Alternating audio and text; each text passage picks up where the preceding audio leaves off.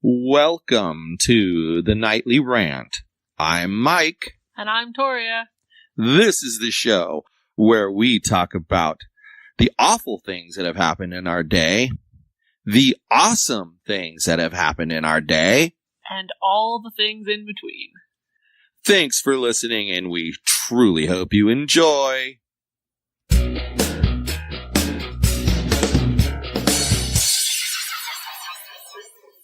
YPN people, I don't know about you, but I love helping out a friend.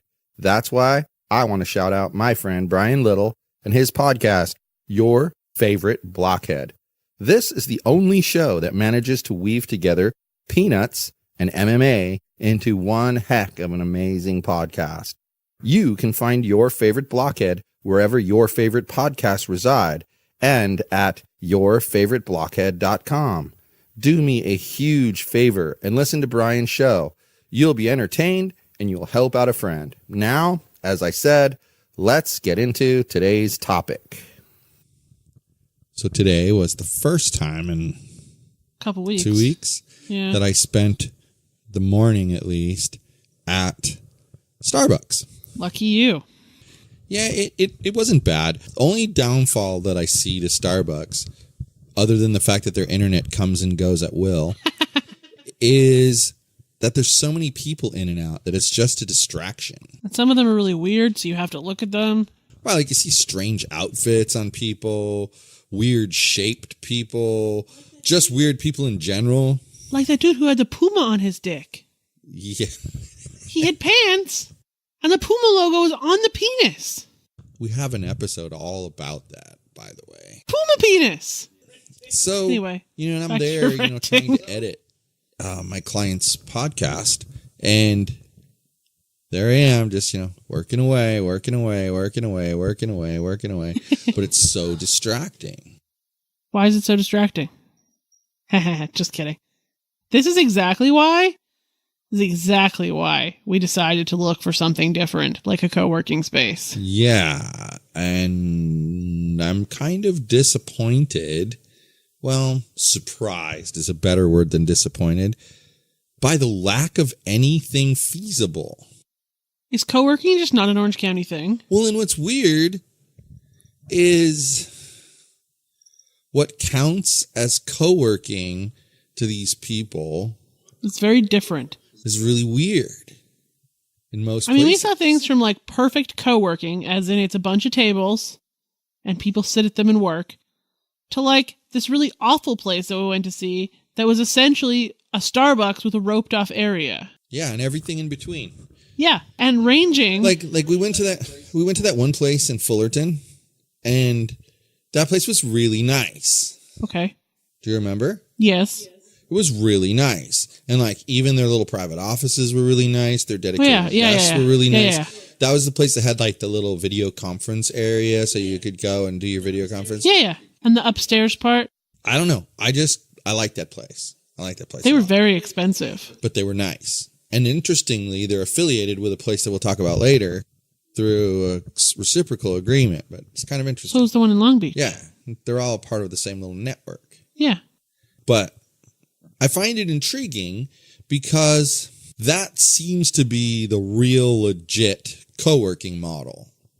Yeah. Like an open space with, long tables and some nice chairs, kind of library style is what it really is. If you think about it, because that's how, when I was in high school and we would have to go to the library to study, the library was literally walking distance, like super short walking distance from the school where I would get on the bus to the library. And if it was like dark or raining or whatever, I could always there was a bus that went right there from front of the school right to the library. So when you'd get there, the tables in most of the library were set up exactly like these co-working spaces that we've seen. Right.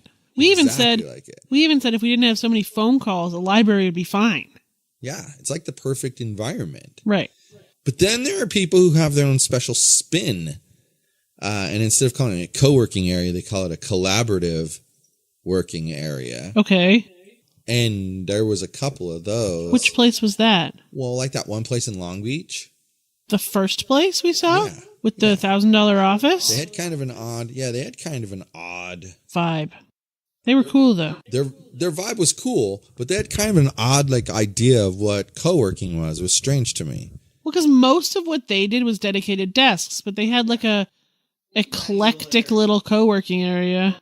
Teeny tiny little area. Probably smaller than our dining room. Maybe about the same size as our dining room. But interesting, nonetheless. That's the place that had the expensive parking. Yes, because it was in downtown Long Beach. Real nice people there, by the way. Really nice people there. I mean, honestly, I think all in all, we met nice people. Nobody we met wasn't nice, were they? No. Well, no, that's not true. That's not true. The place that we looked at in La Mirada, that lady wasn't nice. No, she was very salesy and businessy. She was cold. She had dead fish hand. She was annoying. Oh my God, yes. Her hand. When she went to shake your hand, and it was like totally limp. She just hands you a limp dead fish. What the heck is that? I'm sorry, but you just look like an idiot when you do that. You either look pretentious or you look like an idiot. Yeah, it makes no sense. She kind of looked more pretentious just because of where we were. Yeah, it just doesn't make any sense. But, I mean, then, though, we found a place in Huntington Beach. Called The Dock, HB. Yeah, and it took the dude a while to get back to us. Like, what I think is funny is, if you remember, I put in a contact on their website. Uh-huh. And then we continued our search. I found them early on. We continued our search. Then we kind of decided that, okay, co-working is the way it's going to be. We're going to have to do co-working. Right, because offices were too expensive. So we focused right away on, let me go back to that other place and see. I want to at least look at it. All right. Probably not going to fit for us, but let's at least look at it. So probably a week and a half after sending the contact form, I call him from the car. And he straight up answered, Yeah. "Hi, Mike." It was alarming. And exactly. To say the least. And then he was like, oh, I'm going to be going to a conference call in about 10 minutes, or like at 10 o'clock. But if you can get over here, I can show it to you. Well, we were like 10 minutes away, and that was 20 minutes into the future. So we jetted over there. And I remember being impressed by how friendly and nice he was. He was super friendly. And the place Super is really inviting. cool. And the place is nicely lit. It's decorated. He put some time and effort into It's it. like antiques decorated kind of style. Right. And it's basically a converted, like, industrial office type space. Right. He has like offices all around the edges, and then he has co-working and a stage in the middle. Yeah, and so he can do events there, Yeah. which was brilliant. That's why that stage is there. But then the stage breaks up the space quite a bit. And, again, not a ton of dedicated space to co-working, because I have to believe a business like that makes its money off the offices or the dedicated desks. There's 20 seats. But yeah, having to, We're talking about how there wasn't very much co-working space. Yeah, having to put in a bunch of co-working means you'd expect to see a bunch of people there. And the reality is, hasn't really been crowded. There's been days where there's been more people than other days. So I definitely think that there's a lot of people who buy into his program at the lowest number of hours. I've seen 10 different people. And they probably use it for, like, they have a project that's due and they need to, like, get organized and finalize the project. They go there and they bang it out without any distraction. Right. Anyways, this place is really, really cool. But then we found another place in Long Beach that I can't remember what it's called. Oh, Iron Fire. And it was interesting because he was exactly what you'd expect traditional co-working to be. It was like you walked in and it was like super clean and bright and kind of office-y looking. And he just had tables with chairs and a crap load of plugins. And then upstairs he had like a funky little lofty thing with dedicated desks. And he had like the little phone booths for calls. And that place was really cool. Minus how hot it was in the loft and the funky smell. But that's just me. I'm a lunatic. It's funny that the one in Huntington Beach, when you first come in, he's got like this ancient old portable whiteboard. Like, how whiteboards these days are just like on a wooden frame with a big old giant whiteboard in the middle? Yeah. Well, they tried to make these suckers fancy with lights and whatever, like a smart board is today. Oh my gosh. Only it's like, the 1910 version of, the technology. And yes, I do exaggerate by saying 1910, but you get my point. And that's the first thing I noticed when we came in. was, wow, it's kind of old. Wow, this is kind of weird. Then I looked though, and like you said, he's got antiques that he's decorated the place with, and he's got antiques on the walls and, antique pictures and stuff like that. He has like the Churchill lounge, and he has like this huge, super comfy leather couch. Then he has another lounge that has like throne chairs.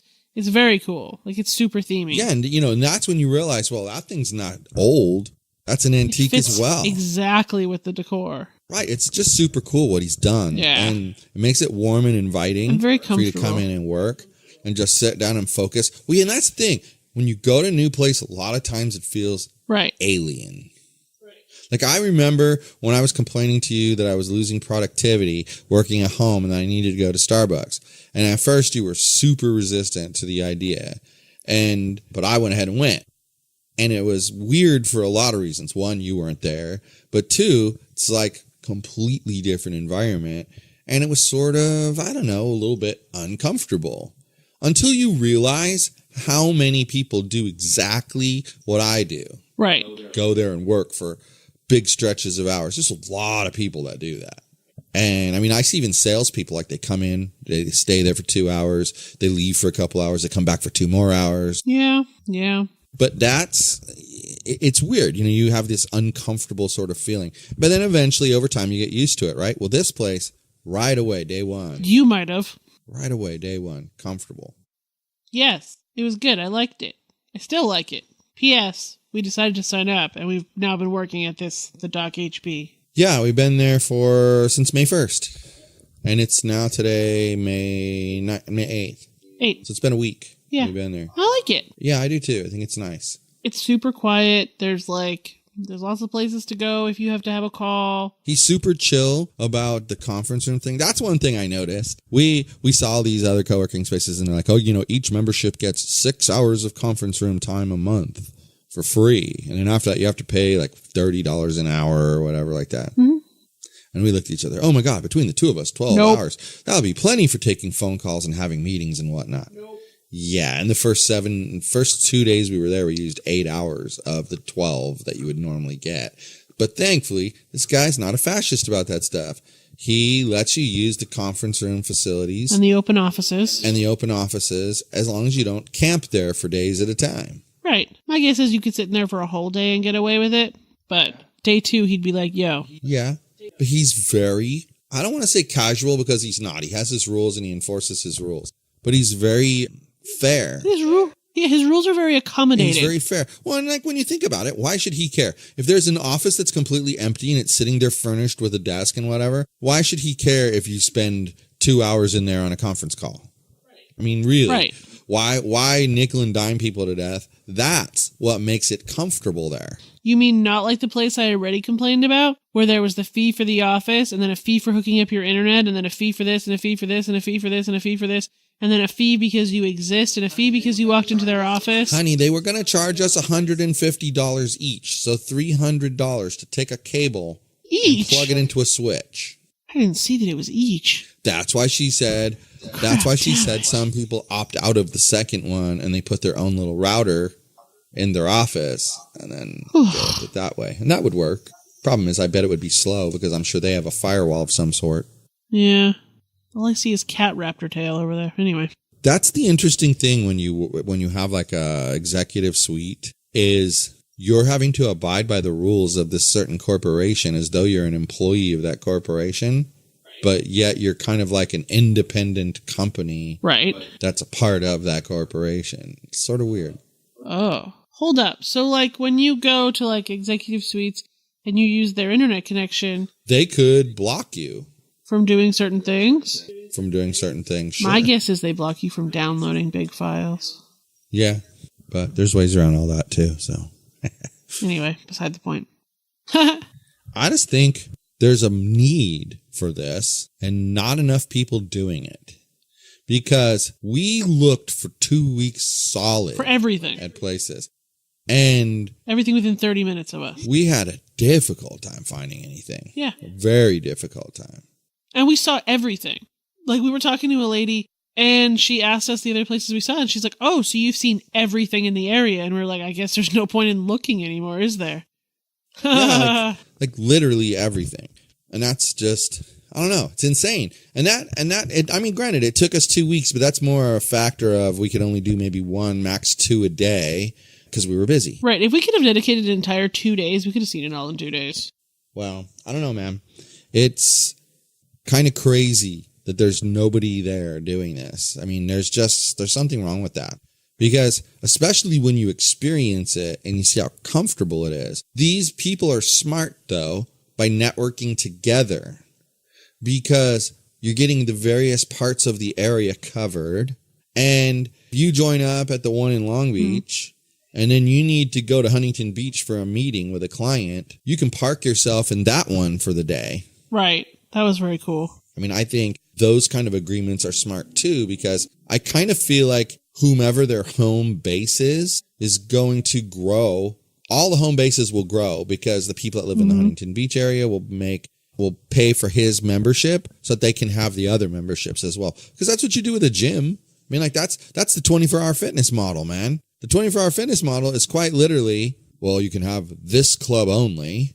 You can have this club and all of the other clubs that are the same level as it. You can have this club, all the clubs that are the same level as it, and then the next level, and then the next level. There's like 3 levels. And then you just keep paying more and more and more until eventually you have access to all of the clubs. And I know like some people think it's so prestigious to have like all of the clubs. But the reality is like when I had the membership, You'd just have all the clubs. I had multi-club membership because sometimes I would be in Anaheim and sometimes I would be in Santa Ana and sometimes I would be in Aliso Viejo. And so I'm all over the place and I still want to hit the gym. So, you know who I think the highest level would be perfect for? People like the other people who work for my one client. And pretty much every single week they're in a different city for the weekend. Yeah. Doing the events. Exactly. And they're the type of person it's for. But that's my point. Kind of rare to find those kind of people. Right. There aren't very many of them. And I would think like traveling salespeople, business people who travel long distances a lot, they're the people that membership is for. Yeah, agreed. I feel like if you're a business and you have people traveling all over the place, that would be a great perk to add to your job. I agree. Anyway. I think it's interesting, though, how comfortable it makes you that more people don't do it. That's what I'm getting at. Like you said, you've seen a total of 10 people.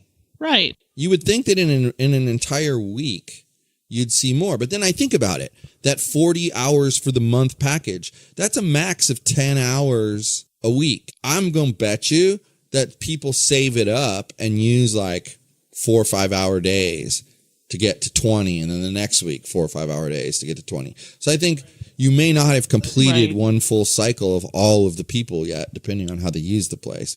Week 2 will show that. I think people start showing up that we haven't seen before. Well, like there was that couple that was there the one day, and they were only there for like 3 hours, and then they left, and I haven't seen them again. Yeah.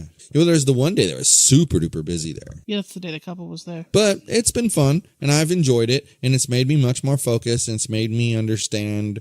I think that's the solution for companies that don't want remote work, that if they want to make their employees happy, get them a co-working space to work out of. Yeah, I think that would be awesome.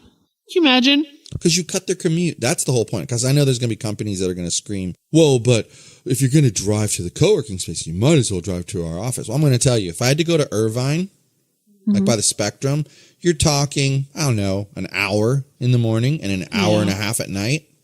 That's 2.5 hours in the day gone. We spend half hour total round trip. You'd be awesome. Because if you had a remote employees, but you wanted to get them in office, you could just get them a WeWork co-working membership because there's so many WeWorks and you can work in any of them if you have a membership. Yeah. Well, of course, they're the biggest co-working. Right. But they weren't around here, and they're awfully expensive. The closest one is Irvine, and they are really expensive. But you're right. Their model is more the traveling entrepreneur or traveling CEO. Well, they're more into the dedicated offices now, too. Yeah, well, like where Ash was working. For startups and stuff, yeah. Anyway, well, I think that what I did want to mention is that the Beans went through his second obedience training class. So he's a little more, now he's 40% of the way through the class. And he was really grumpy. But something weird happened with all the dogs when that really big, giant, mastiff looking dog got out of the car and they were all growling and barking at that dog. It was weird. And then he just couldn't focus again after it. Yeah, he could not pick it back up. He did great on the sits and release.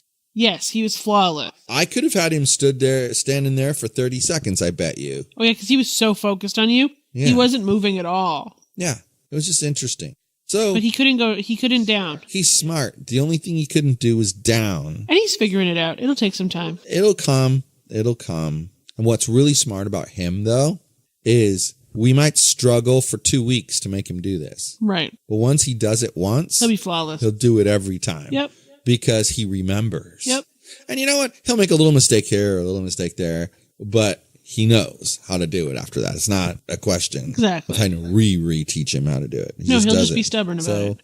that's the beans update, the beans. Bean day. And I think it's getting to the point where Yogi has finally started to accept the beans. He's kind of like at that stage right before Odie left the first time, where he was starting to become accepting of him. He's tolerating the fact that he exists, but that's pretty much it.